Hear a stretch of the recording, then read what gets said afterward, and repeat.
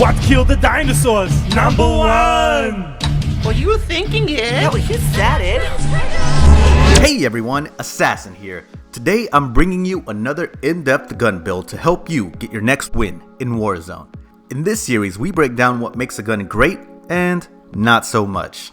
We don't analyze every single attachment, but instead focus on creating a build with a specific purpose. Today, we'll be taking a look at the brand new Fin LMG. If you'd like to skip straight to the build or any other part of the video, I'll have timestamps down in the comments below. For the rest of you, let's get right into it.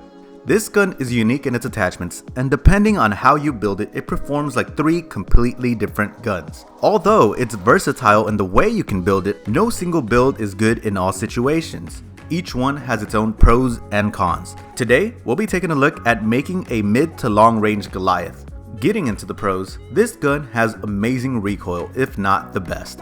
Even without any attachments, the gun kicks straight up with minimal horizontal bounce, making it easy to control at long range. Today, we'll be using the XRK Longshot Advantage barrel to further decrease this recoil. The Fin has a base magazine of 75. Not only will you have enough ammo, but we will not be wasting an attachment slot.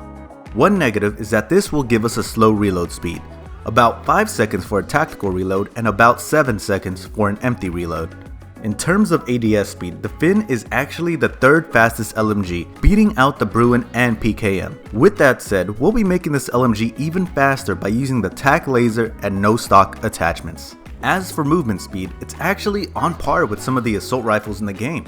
We'll boost this movement speed even more by using the no stock attachment. One negative is that the Fin LMG has the widest hipfire spread of all LMGs, meaning it's unfavorable to have at a close range situation.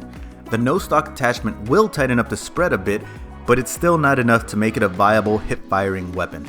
Due to the slow reload speed and wide hipfire spread, you'll be wanting to pair the Fin with your favorite SMG. We'll dive more into that a little bit later during our ideal loadout section. Now, let's get into some of the damage stats. The Fin actually doesn't have a headshot multiplier. My guess is the devs decided to balance the incredible recoil this gun has by capping the damage. At close range, the Fin does 36 damage to the head and chest, and 28 to the limbs and torso. At mid-range, the damage falls to 28 and 22, and at long range, the damage falls to 27 and 21.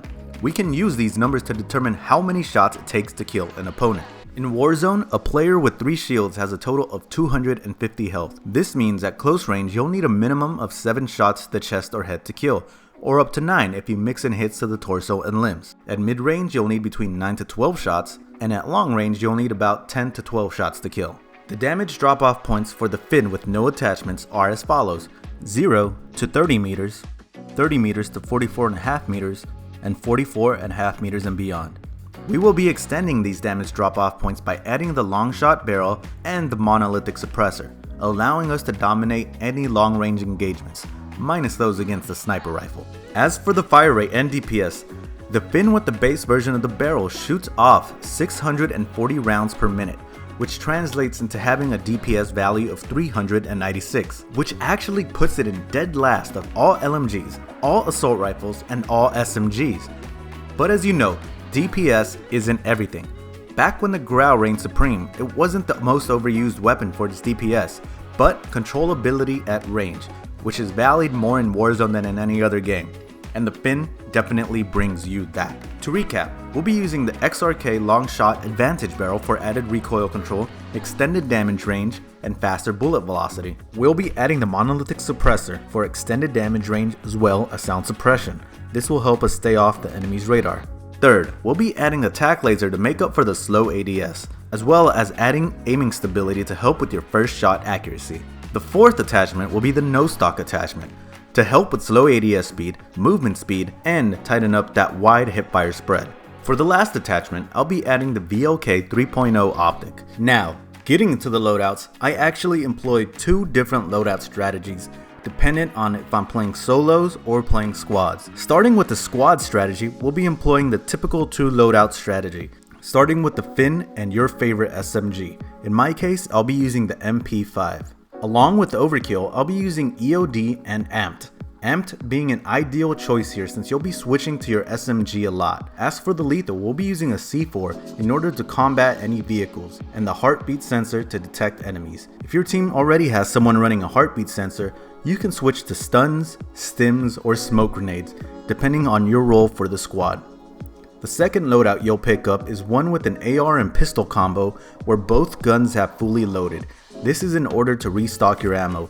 But more importantly, we'll be using the Ghost perk instead of the Overkill perk. This is to stay off the enemy's radar. All other perks, lethals and tacticals will remain the same. For my solo strategies, I like to start with the Fin and a secondary pistol, melee weapon, or launcher. Personally, I've been running the Kali sticks. For perks, I use EOD, Ghost, and Amped.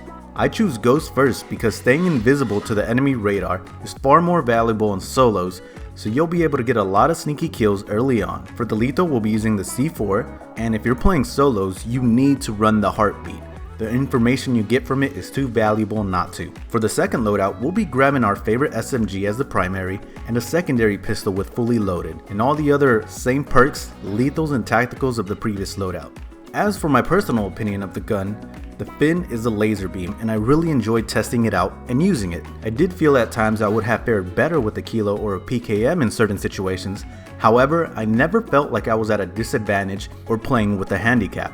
I would recommend everyone try it out, especially if you're the type of player who's had issues finding a gun where you can land all your shots. I'm definitely adding the Fin into my rotation. If you're interested in trying out the Fin but haven't unlocked it yet, I do have a short but sweet video giving you 3 tips to unlock the Fin in just under 10 minutes. That video is focused on doing it through multiplayer, but my 3 tips will carry over to the Warzone only players. With that, I hope you've enjoyed my guide. Please give the video a like if you found any of the information to be helpful, and make sure to subscribe if you'd like to see more builds. If you have any other suggestions for what you would like to see on my channel, please let me know down in the comments below. With that, it's been real.